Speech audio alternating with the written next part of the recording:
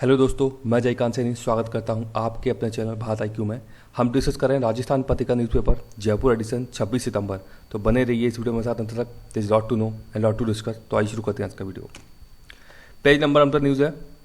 ये बात की जा रही है कि बिहार में भी इलेक्शन होने वाले हैं, तो उससे संबंधित कुछ हम फैक्ट देख लेते हैं यहाँ पे इंपॉर्टेंट। तो सबसे इंपॉर्टेंट फैक्ट है कि भारत के जो मुख्य चुनाव आयुक्त है उनका नाम है सुनील अरोड़ा। इंपॉर्टेंट है, पूछा सकता है एग्जाम के अंदर। अब संविधान में इससे संबंधित जो उल्लेख है वो है अनुच्छेद 324 से लेकर 329 तक है। चुनाव आयोग के बारे में जो उल्लेख है संविधान के अंदर। अब आप मेरे को कमेंट बॉक्स में बताइए कि किस भाग में आता है संविधान के। अनुच्छेद 324 से 329 संविधान के किस भाग में आता है, ये मेरे को कमेंट बॉक्स में बताइए।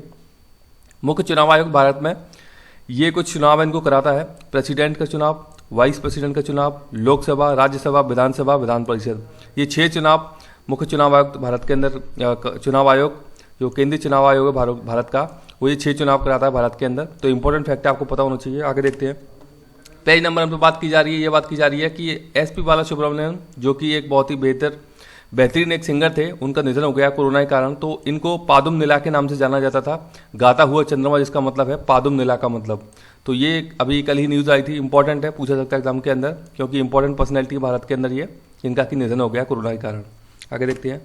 पेज नंबर 5 से बात की जा रही है। ये फिर से मुकंदरा हिल्स टाइगर रिजर्व बार बार चर्चा में आ रहा है, तो आपको जरूरी है कि आपको पता होना इसके बारे में सारी की सारी इंपॉर्टेंट फैक्ट जो भी रिलेटेड है इससे।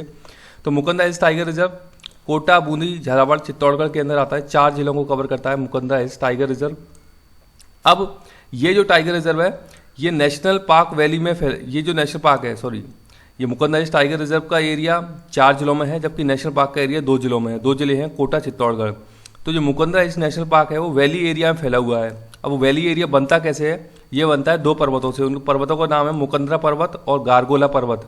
तो ये इस प्रकार से मुकंदरा पर्वत, ये इस प्रकार से गारगोला पर्वत। तो इनके बीच वाले एरिया को बोलते हैं वैली एरिया।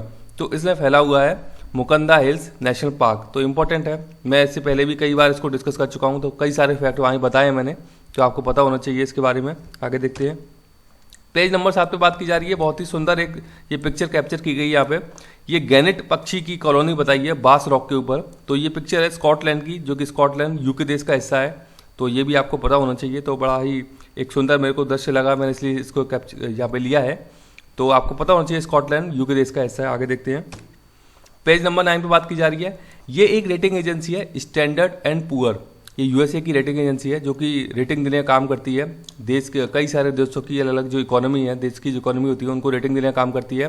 तो उसने भारत के अंदर बताया कि जो आर्थिक मंदी, जो तंगी चल रही है भारत के अंदर, उसको कोरोना को जिम्मेदार बता दिया है इसके लिए स्टैंडर्ड एंड पुअर ने। अब इसने ये भी कहा है कि बैंकों को रिकवर करने में तकरीबन 3 साल लग जाएंगे भारत के अंदर। तो ये सारा कुछ इन्होंने बताया है इस न्यूज़ के अंदर कि S&P का ये अनुमान है कि इस प्रकार से रिकवरी होगी भारत के अंदर।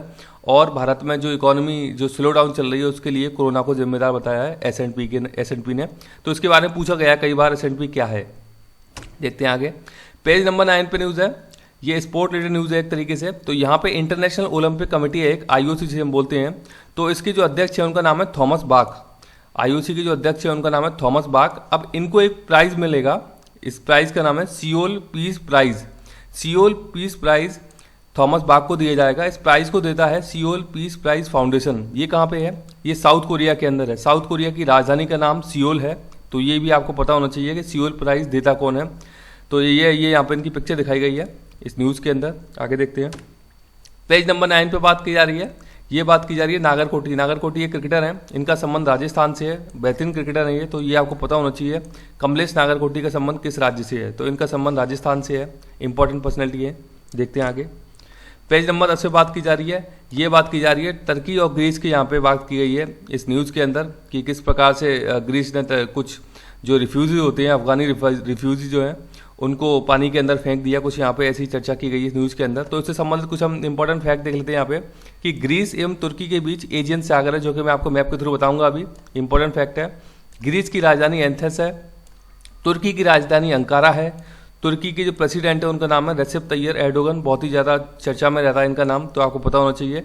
तुर्की एशिया देश का भाग है, यानी एशिया के अंदर आता है, लेकिन एक थोड़ा सा ईस्टर्न पार्ट जो है इसका वो यूरोप कंट्री के अंदर भी आता है।